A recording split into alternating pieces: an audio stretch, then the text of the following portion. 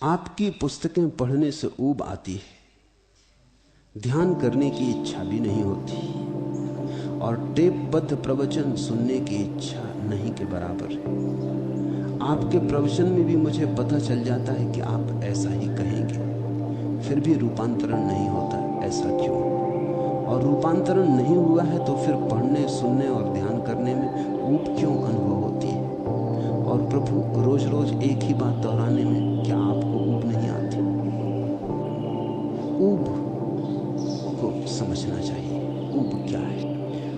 ऊब के बहुत कारण हो सकते। पहला कारण, जो तुम्हारी समझ में ना आए और उसे बार बार सुनना पड़े, तो ऊब स्वाभाविक है। बार बार सुनने से ऐसा समझ में भी आने लगे कि समझ में आ गया और समझ में ना आए, क्योंकि समझ में आ जाना कि समझ में आ गया, समझ में आ जाना नहीं है। बार बार सुनने से ऐसा लगने लगता है परिचित शब्द है, परिचित बात है। मेरी शब्दावली कोई बहुत बड़ी तो नहीं, मुश्किल से 300-400 शब्द। मैं कोई पंडित तो हूं नहीं। उन्हीं शब्दों का बार बार उपयोग करता हूं। तो बार बार सुनने से तुम्हें समझ में आने लगता है कि समझ में आ गया, और समझ में कुछ भी नहीं आया, क्योंकि समझ में आ जाए तो रूपांतरण हो जाए। समझ तो क्रांति है, तो जब तक क्रांति न हो तब तक समझना भी समझ में नहीं आया। और तुम्हें जब तक समझ में ना आए तब तक मुझे दोहराना पड़े। तुम्हें समझ में ना आए और मैं आगे का पाठ करने लगूं तो बात गड़बड़ हो जाएगी। तब तो तुम कभी भी ना समझ पाओगे। भी तो पहला पाठ ही समझ में नहीं आया। तुमने महाभारत की कथा सुनी होगी।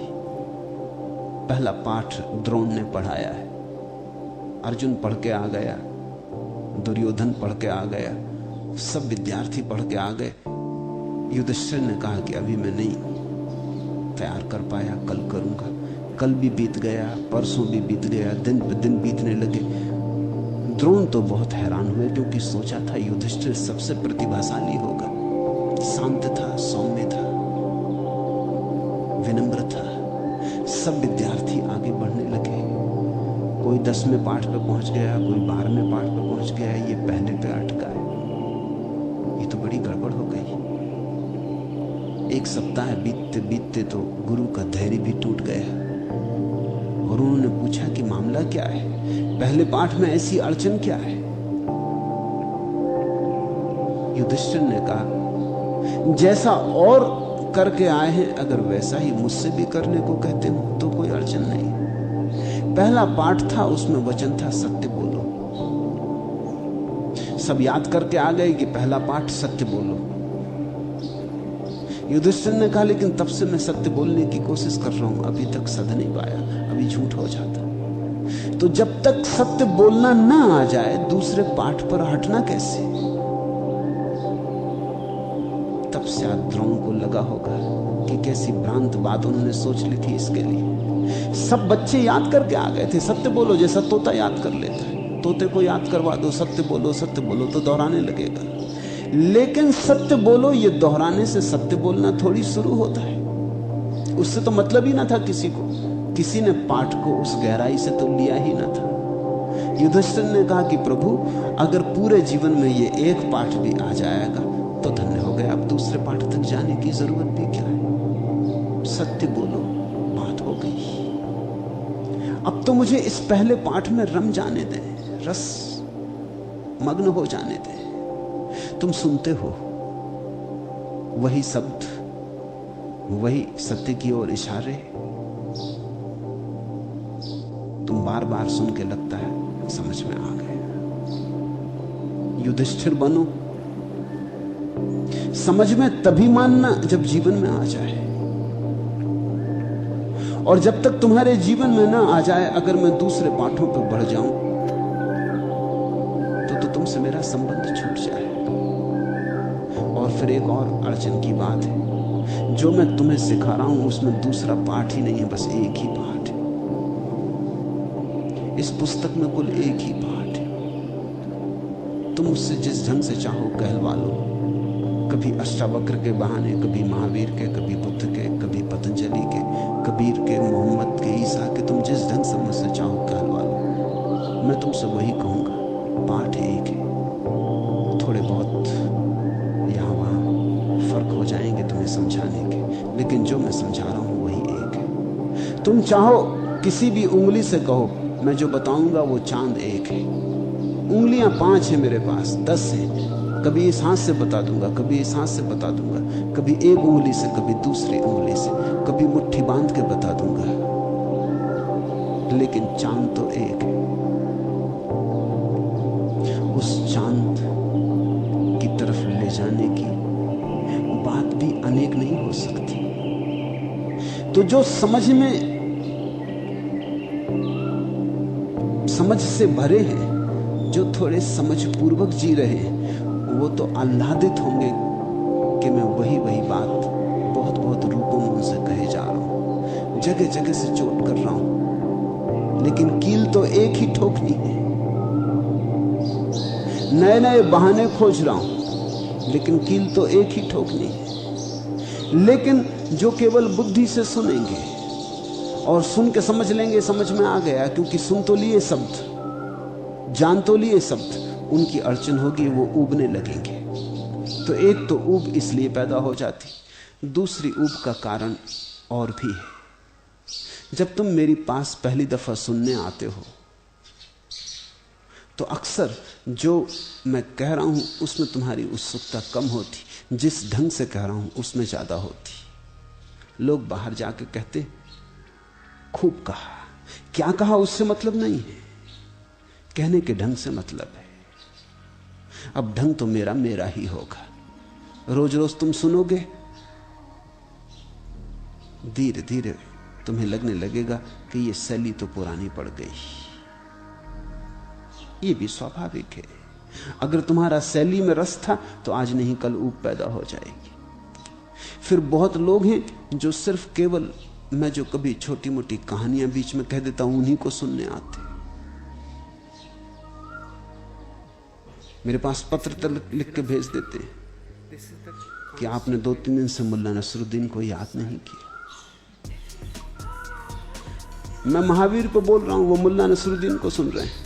मैं मोहम्मद पे बोल रहा हूं, वो मुल्ला नसरुद्दीन को सुन रहे हैं। मैं मूसा पे बोल रहा हूं, वो मुल्ला नसरुद्दीन को सुन रहे हैं। मैं मनु पे बोल रहा हूं, वो मुल्ला नसरुद्दीन को सुन रहे हैं। ये तो ऐसे हुआ कि मैंने भोजन तुम्हारे लिए सजाया और तुम चटनी चटनी खाते। चटनी स्वादिष्ट है माना, लेकिन चटनी से पुष्टि ना मिलेगी। ठीक था, रोटी के लगा के खा लेते, इसलिए चटनी रखी थी कि रोटी तुम्हारे गले के नीचे उतर जाए। चटनी तो बहाना थी, रोटी को गले के नीचे ले जाना था। बिना चटनी के चली जाती तो अच्छा, नहीं जाती तो चटनी का उपयोग कर लेते। तुम रोटी भूल ही गए, तुम चटनी ही चटनी मांगने लगे। तो धीरे धीरे ऐसा आदमी भी ऊब जाएगा, क्योंकि वो देखेगा ये आदमी तो रोटी खिलाने पे जोर दे रहा। तुम चटनी के लिए आए, मेरा जोर रोटी पे है। चटनी का उपयोग भी करता हूं तो सिर्फ रोटी कैसे तुम्हारे गले के भीतर उतर जाए। तुम्हारे आने के कारण तुम जानो, मेरा काम मैं जानता हूं कि तुम्हारे गले के नीचे कोई सत्य उतारना है। बाकी सब आयोजन है सत्य को उतारने का। अगर तुम रूखा सूखा उतारने को राजी हो, सुविधा सरलता से हो जाएगा। अन्यथा पकवान बनाएंगे, बहाना खोजेंगे, लेकिन डालेंगे तो वही जो डालना है। तो उससे भी ऊब पैदा हो जाती। फिर जिसने पूछा है, समाधि ने पूछा है। एक वक्त था मैं सारे देश में घूम रहा था, मेरे बोलने का ढंग दूसरा था, भीड़ से बोल रहा था। भीड़ मेरे साथ किस तरंग में बंधी हुई नहीं थी। 1000 तरह के लोग थे। तल लोगों का स्वभाव था, लोगों का तल था। भीड़ से बोलना हो तो भीड़ की तरह बोलना होता। सारे देश में घूम रहा था। एक गांव में कभी फिर आता, साल भर बाद, 2 साल बाद। उस समय जिन लोगों ने मुझे सुना, उनकी बातें ज्यादा समझ में आ जाती थी, उनके तल की थी। लेकिन मैं किसी और प्रयोजन से घूम रहा था, उनके मनोरंजन के लिए नहीं घूम रहा था। मैं तो इस प्रयोजन से घूम रहा था कि कुछ लोगों को इनमें से चुन लूंगा, खोज लूंगा, द्वार द्वार दस्तक दे आऊंगा, फिर जो सच में ही यात्रा पर राजी है वो मेरे पास आएगा। तब मैं तुम्हारे पास आया था, अब मैं तुम्हारे पास नहीं आता, अब तुम्हें मेरे पास आना है। समाधि उन्हीं दिनों में मुझ में उत्सुक हुई थी। उन दिनों जो लोग मुझ में उत्सुक हुए थे उनमें से बहुत से लोग चले गए, जाएंगे ही, क्योंकि उनकी उत्सुकता का कारण समाप्त हो गया। तब मैं जो बोल रहा था वो सनसनीखेज था, अब जो मैं बोल रहा हूं वो अति गंभीर है। जब मैं जो बोल रहा था वो भीड़ के लिए था, अब जो मैं बोल रहा हूं वो क्लास के लिए, वो एक विशिष्ट वर्ग के लिए, संस्कारनिष्ठ। जब जो मैं बोल रहा था वो कुतूहल जिनको था उनके लिए भी ठीक था। आज तो उनके लिए बोल रहा हूं जो जिज्ञासा से भरे, और वस्तुतः उनके लिए बोल रहा हूं जो मुमुक्षा से भरे। तो फर्क पड़ गया है। तो उन दिनों जो लोग मेरे पास आए थे उनमें से 99% लोग चले गए। मैं जानता ही था कि वो चले जाएंगे, उनके लिए मैं बोला भी ना था। वो तो 1% जो बच गए उन्हीं के कारण मुझे 99% से भी बोलना पड़ा था। उन एक को मैंने चुन लिया है।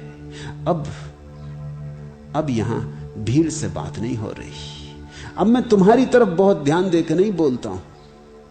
अब इसकी फिक्र नहीं करता हूं कि तुम्हें रुचेगा नहीं रुचेगा, तुम्हें जचेगा नहीं जचेगा। अब तुम पर ध्यान रख के नहीं बोलता। अब तो जो मुझे बोलना है उस पर ज्यादा ध्यान है। और मैं धीरे धीरे चाहूंगा जिन लोगों को रुचि करना लगता हो, ऊब आती हो, वो हटे, वो विदा हो जाएं। क्योंकि मैं तो धीरे धीरे और गहरा होता जाऊंगा। जल्दी ही ऐसी घड़ी आएगी यहां बहुत थोड़े से पक्षी रह जाएंगे, और जब वे थोड़े से पक्षी रह जाएंगे तो मुझे जो ठीक ठीक कहना है वही उनसे कह सकूंगा। देखा, प्राइमरी स्कूल में तो हजारों लाखों विद्यार्थी भर्ती होते, मिडिल स्कूल में छट जाते, हाई स्कूल में और छट जाते, कॉलेज में आके और छट जाते, विश्वविद्यालय में और छट जाते, छटते जाते। आखिर में तो बहुत थोड़े से लोग रह जाते। मेरे बोलने में ये सब सीढ़ियां पार हुई हैं। इसमें कई तरह की झंझटें भी हो गई। कुछ प्राइमरी स्कूल के विद्यार्थी भी अटके रह गए, लगाव बन गया उनका मुझसे, रुक गए, जा ना सके। कुछ मिडिल स्कूल के विद्यार्थी भी रह गए, उनका लगाव बन गया, वो ना जा सके। अब उनकी बड़ी अड़चन है, अब उनकी बड़ी फांसी लगी।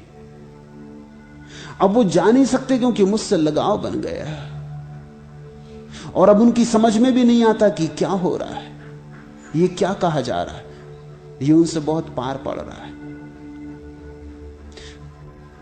जिसको भी ऊब आती हो, या तो अपने को बदलो या मुझे छोड़ो। दो ही उपाय हैं। मैं बदलने को नहीं हूं। अब मैं कुछ ऐसी बात ना कहूंगा जिससे तुम्हारी ऊब कम हो।